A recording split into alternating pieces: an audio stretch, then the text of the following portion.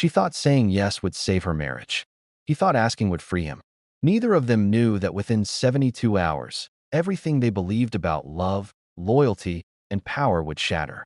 This is the story of how one question destroyed a 20-year marriage, and how the person who walked away strongest was the one everyone underestimated. Hello, friends. Before we dive deeper, let us know in the comments where you're watching from and what time it's there. We'd love to hear from you. And if you're new here, click on the subscribe button so you never miss any of our upcoming videos. What you're about to hear is based on a real situation that unfolded quietly, behind closed doors, in a home that looked perfectly normal from the outside. The names have been changed, but the emotions, the decisions, and the consequences are all too real. This is about what happens when someone mistakes your kindness for weakness, your patience for permission, and your silence for acceptance. It's about the moment when a person who has spent years holding a marriage together finally lets go and discovers that the floor they were standing on was never as solid as they believed. Rachel had been married to David for 19 years. They met in their late 20s, built a life in a quiet suburb outside Charlotte, North Carolina, and raised 2 kids who were now in college. To anyone looking in, they seemed stable. Not passionate, not glamorous, but steady. Rachel worked as a middle school teacher. David was a sales manager for a tech company. They had routines: Friday night takeout, Sunday morning coffee on the porch, annual beach trips to Myrtle Beach where they rented the same condo every July. Rachel didn't need fireworks. She believed in showing up, in keeping promises, in being the kind of partner you could count on. David used to tell her she was his calm in the storm. She liked that. It made her feel valuable. But somewhere along the way, calm started to feel like invisible, and invisible started to feel like replaceable. Rachel didn't notice it happening. The small shifts. The way David stopped asking about her day. The way he started going to the gym at odd hours. The way his phone was always face down on the table. She told herself she was being paranoid. Marriage changes over time. People get comfortable. That's normal. That's real life. So when David came home one Thursday evening in late September and said he wanted to talk, Rachel assumed it was about the kids, or maybe about planning their next vacation. She was folding laundry in the living room when he sat down across from her. His posture was stiff. His expression was serious, but not sad. Not guilty. Almost rehearsed.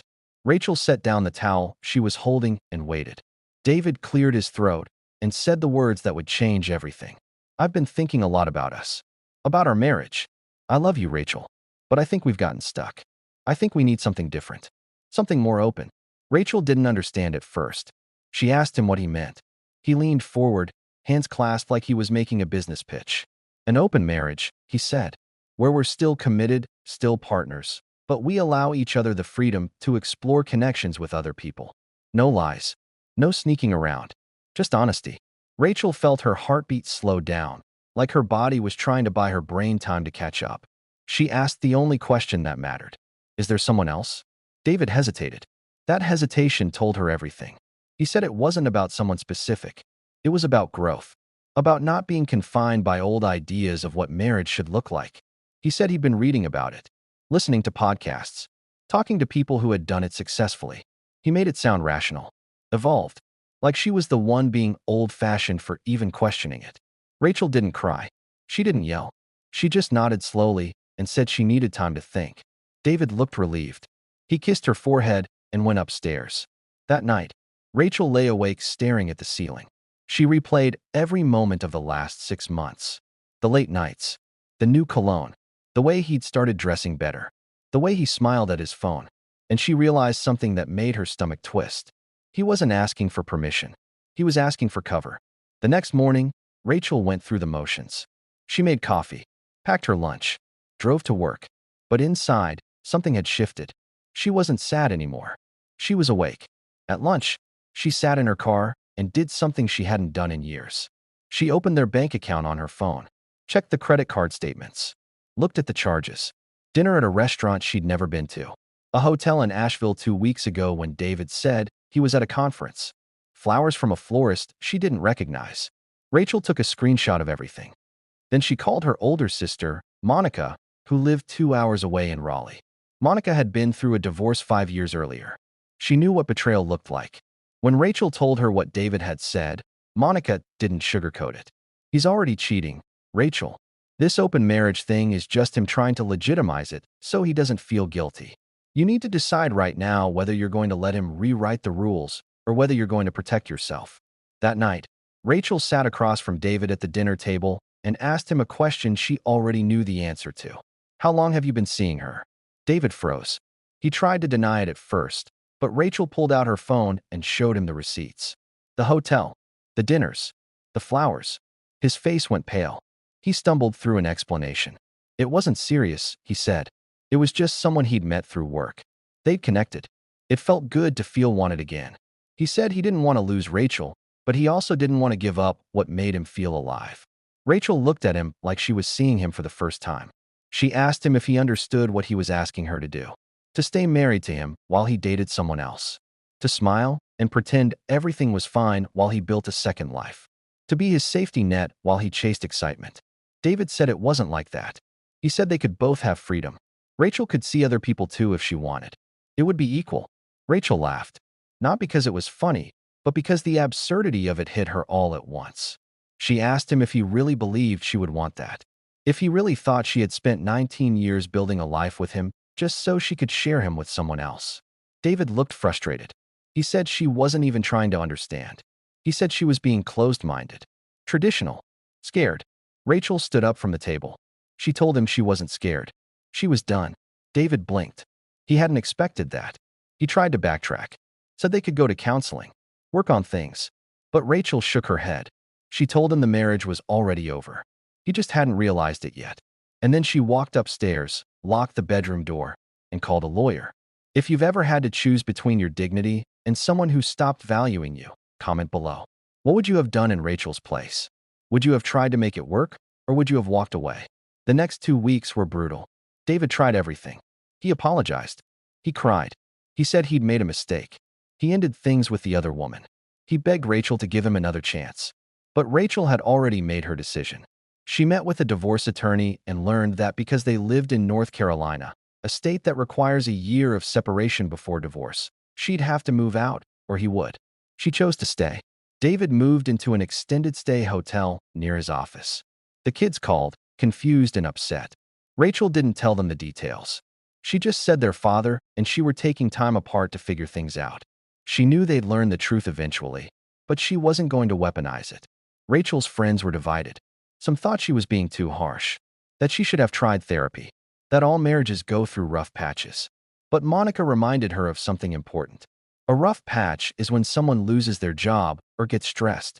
This is betrayal. He didn't trip and fall into another woman's bed. He chose this, and then he tried to make you complicit in it. Rachel threw herself into work. She started going to a yoga class on Wednesday nights. She reconnected with an old college friend who had moved to Charlotte. Slowly, she started to remember who she was before she became someone's wife, someone's mother, someone's backup plan. David, on the other hand, was falling apart. The woman he'd been seeing lost interest once the thrill of secrecy was gone. His friends didn't know what to say to him. His kids were distant. At work, people started to notice he was distracted. One night, about a month after he moved out, David showed up at the house unannounced. Rachel opened the door, but didn't let him in. He looked exhausted. He said he'd made the biggest mistake of his life. He said he didn't know what he was thinking. He said he wanted to come home. Rachel looked at him for a long moment. Then she said something that surprised even her. "I don't hate you, David, but I don't want you anymore either. And that's worse, isn't it? Knowing you didn't just lose me because I was angry. You lost me because I finally saw clearly." What David didn't know, and what Rachel had been quietly working on, was a plan. She had consulted with her attorney and a financial advisor. She had documented everything. The affair, the charges, the timeline. North Carolina is one of the few states that still recognizes alienation of affection, meaning a spouse can sue a third party for breaking up a marriage. Rachel didn't pursue that route, but the threat of it gave her leverage in the settlement. She also discovered that David had been hiding money, a separate account he'd opened 6 months earlier. Small transfers. Nothing illegal, but dishonest. Rachel's attorney used that in negotiations. In the end, Rachel walked away with the house, half of David's retirement, and primary decision-making for any financial matters related to the kids. David was furious. He accused her of being vindictive. But Rachel's attorney calmly reminded him that everything she asked for was fair, and that if they went to court, his affair and his financial dishonesty would be public record. David signed the papers. 6 months later, Rachel was sitting on her porch on a Saturday morning, drinking coffee and reading a book when her daughter called.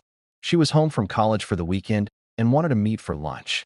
Over salads at a cafe downtown, her daughter asked the question Rachel had been waiting for. "Mom, why didn't you fight for the marriage? Why didn't you try harder?" Rachel put down her fork.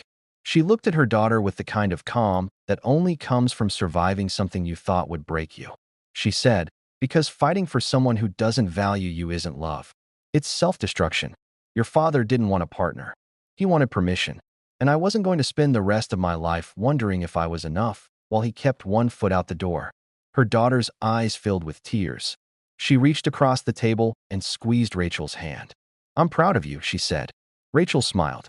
That was the moment she knew she'd made the right choice. A year later, Rachel's divorce was finalized. She didn't celebrate. She didn't post about it online.